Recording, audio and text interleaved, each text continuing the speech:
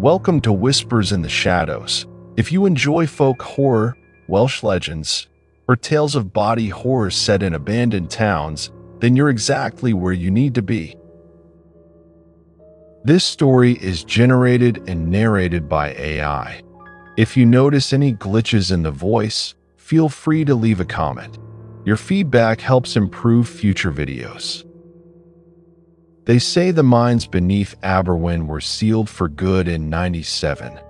But if that were true, I wouldn't be telling you this. I hadn't set foot in that town in nearly 12 years, not since the funeral, not since I put a few clumps of coal-black dirt over my father's casket and swore I'd never come back. And yet, here I was, driving through the drizzle, windows fogged, following that winding road up the hill like it knew where I was headed better than I did. The letter from Gethin was brief. Sloppy handwriting. Torn edge, just 5 words. It's waking. I need you. There was no return address, just our family name burned into the envelope's flap. I nearly threw it away. God knows I should have. Aberwyn looked worse than I remembered. The paint on the old corner store had peeled off in long, sun-faded strips, windows boarded. Shops shuttered. No people, or if there were, they kept to the shadows, unmoving, as if afraid to be seen. It used to be a proud place. Men worked the mines, came home blackened and grinning, drank at the miners' rest, and sang until the hills echoed. Now, it was a place with no voice, just a dull hum in the distance, like something breathing beneath the ground. I pulled up to Gethin's flat, 2nd floor, above the old fishmonger's, though the sign had fallen off, leaving rusted bolts behind like decaying teeth. His door was unlocked. That was the first thing. The second was the smell, like wet stone, mixed with something sweeter and wrong. I stepped inside, calling his name. No answer, just the creak of floorboards and the tick of the broken radiator in the hall. Gethin was gone, but he hadn't left quietly. His living room was a mess of torn papers and stained walls. On the far wall, in thick black lines, he'd drawn a circle or maybe a mouth. I wasn't sure, jagged like veins branching outward. Beneath it, in charcoal, he'd written, "It listens. It wants you to listen." There were marks on the floor, like he'd tried to dig, wood splintered, something black staining the edges. I found his journal under a loose floorboard. First few pages were normal. Old memories, but the last entries, they were something else. It speaks through the walls. It's beneath us. Always was. We didn't dig it up. We freed it. I shut the book. I didn't want to read more. Not yet. I needed answers. The kind only old men and drunks still remembered. So I went to the only place that was still open after dark in Aberwyn, the Miners' Rest. It hadn't changed, still smelled like old beer and damp stone. The lights were dimmer. The piano in the corner had been silent for years. There were maybe 4 people inside, all older than me. All quiet. They watched me, I slow and deliberate, like they were waiting for me to speak a password I didn't know. I ordered a pint I wouldn't drink and asked the barkeep if he'd seen Gethin. He didn't answer right away, just wiped the counter. Then he said, "Haven't seen him in days." I pressed. He shrugged. "Folk leave. Go quiet. It's how things are now." Another man, bald, heavy-set, with a miner's hands, leaned in from his stool and said something I couldn't quite make out. I turned. What was that? He looked me dead in the eye. His pupils were wrong, too wide. Too still. You should go, he said. You hear it. You stay. You stay. You change. I left. But I didn't go far, not before I saw it. Behind the pub, where the old shaft entrance had once been sealed with concrete and steel, there was now just earth, raw, torn, and fresh, as if someone or something had pushed through from beneath. And there, in the center, was a crack, thin and pulsing like a vein, a black line that shimmered slightly in the moonlight, as if sweating oil. I leaned closer. The hum from earlier grew louder, not in my ears, but behind my eyes. It wasn't a sound, it was a feeling. I stumbled back, blinked, and for a second, just a breath, I saw something move within the crack, not a figure, not a shape, a shadow, trying to remember how to be flesh. I didn't sleep that night. I sat in Gethin's flat, his journal on my lap, the lights off, and in the dark, I heard something, not footsteps, not breathing, scraping, like fingernails dragging along stone, below the floorboards, moving closer. And then, a whisper, just one word, my name. I didn't sleep the next night either, or the one after that. Every time I closed my eyes, I saw that crack in the earth, that black line, pulsing like it had a heartbeat, like it was waiting for mine to sync with it. By the third day, the town had begun to change, or maybe it had always been like this, and I just hadn't seen it. Faces and windows turned away too quickly. The church bell rang at dusk, though it had no clapper, and the birds had gone completely silent. I went to the council office, boarded up. The police station? Empty. Dusty. A single radio on the desk, crackling with static, playing something I could have sworn was whispering in Welsh. That night, I went back to the journals. There were at least 4 more entries I hadn't dared to read before. This time, I forced myself. The miners lied.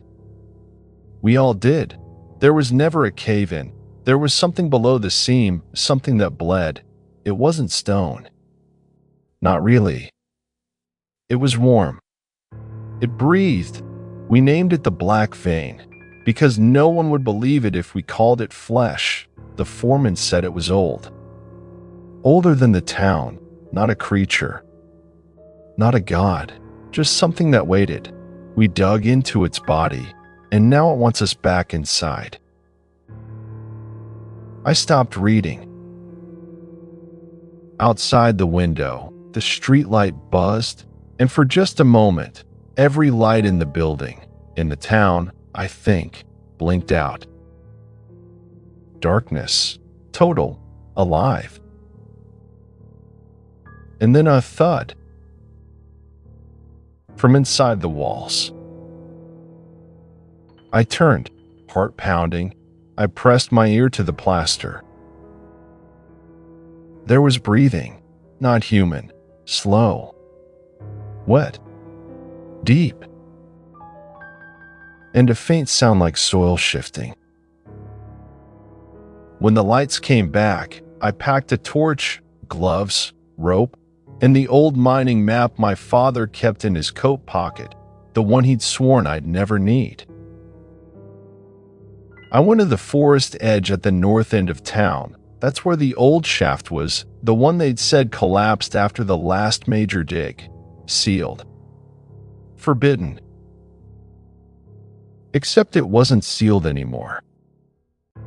The boards had been pulled loose, ripped from the earth like they'd been sucked in. Roots dangled from the ceiling. The air stank of iron and rot. I turned on the torch. The light barely cut the dark, as if the shadows had weight. Every step I took down the shaft felt wrong, like I was being pulled, not walking. My boots crunched something, not gravel. Teeth. Human teeth, scattered like pebbles. And beneath them, the floor began to change. No longer wood, not even stone, but something slick, black, veined. It pulsed when I stepped on it. And I swear, I could hear voices beneath my feet, calling out, begging, laughing. I don't remember how long I walked. It could have been hours, could have been minutes. Eventually, the tunnel opened into a cavern. Massive, the ceiling arched like a rib cage. Stalactites dangled like teeth, and at the center, a mound. No, not a mound. A mass, human bodies, fused, melted, some still alive, eyes wide. Mouths agape, but no breath, no sound. And crawling through them, weaving like roots through a grave, was the black vein. It wasn't rock, it wasn't alive, or maybe it was something between the two. It slid through the bodies, pierced the flesh, threaded their spines, as if harvesting something. And then I saw him. Gethin. Strapped against the far wall, black lines running from his mouth to his wrists, eyes fluttering. I ran to him, slipping on something wet. He looked at me and tried to speak, but only black liquid came out. He gurgled, shook his head, muttered a single word. Burn it. But it was too late. The ground began to ripple. The vein thickened, rose, arched. It had seen me. No, not seen. Recognized. The hum returned, louder than ever, and beneath it, voices. Thousands, men, women, children, calling me by name. Come back down, join the blood. You were born from the dark. I tried to lift Gethin, he screamed. His skin cracked where I touched him, veins spilling black sludge. I had to run. I ran through the tunnel, the voices chasing me. The ground groaned. The walls bled, the very earth tried to swallow me. At the shaft's mouth, I saw something crawl from the ceiling, not quite human. Too long, too thin, its skin translucent, veins pulsing black inside. It reached for me and said in Gethin's voice, "You brought it back." I burst into daylight, collapsed on the forest floor. The shaft behind me closed, like a mouth shutting. No sign it had ever been there. But the black lines had spread, crawling through the roots, beneath the trees, toward the town, toward everything. I didn't tell anyone what I'd seen, not because I didn't want to, but because I knew they already knew. When I walked back through the town that morning, faces turned to me with something like recognition, or was it pity? An old woman outside the bakery whispered, "It always claims a brother." Children chalked spirals on the pavement, the same spiral I'd seen drawn in Gethin's journal. And that night, in the window of my childhood home, I saw a reflection that wasn't mine. It wore my face, but its eyes were black. I started bleeding from my fingernails, thick, slow. Not red. Black. The vein was in me now. I could feel it moving, not like an infection, more like a memory, something waking up. I dug through the last pages of Gethin's notes. There were drawings now, diagrams, symbols. One page was titled Reckoning. It doesn't feed. It doesn't kill. It absorbs. We are not its prey. We are its offspring. He tried to stop it, built a ritual, a severing, but it needed blood, specifically the blood of kin who'd touched the black vein. That meant me and Gethin. But Gethin was already lost, and I was becoming. I woke the next day with something pushing beneath my skin. It moved when I breathed, coiled around my spine. My hands had gone numb. My eyes were darkening, even in daylight. I could hear the earth humming. I packed a lantern, matches, the journal, and I walked to the old coal yard, where it had all begun. The shaft was still sealed, but now I could see the vein beneath it. It pulsed through the cracks in the stone, like it was waiting for me to speak. And I did. I said my name. It opened. The descent was different this time. The tunnel wasn't made of stone anymore. It was soft, warm. It breathed. The walls moved with me. Whispers followed my footsteps, and the deeper I went, the more I heard my brother's voice. Calling, singing, begging. And when I reached the chamber, I understood. There was no monster here, no god. Just the source.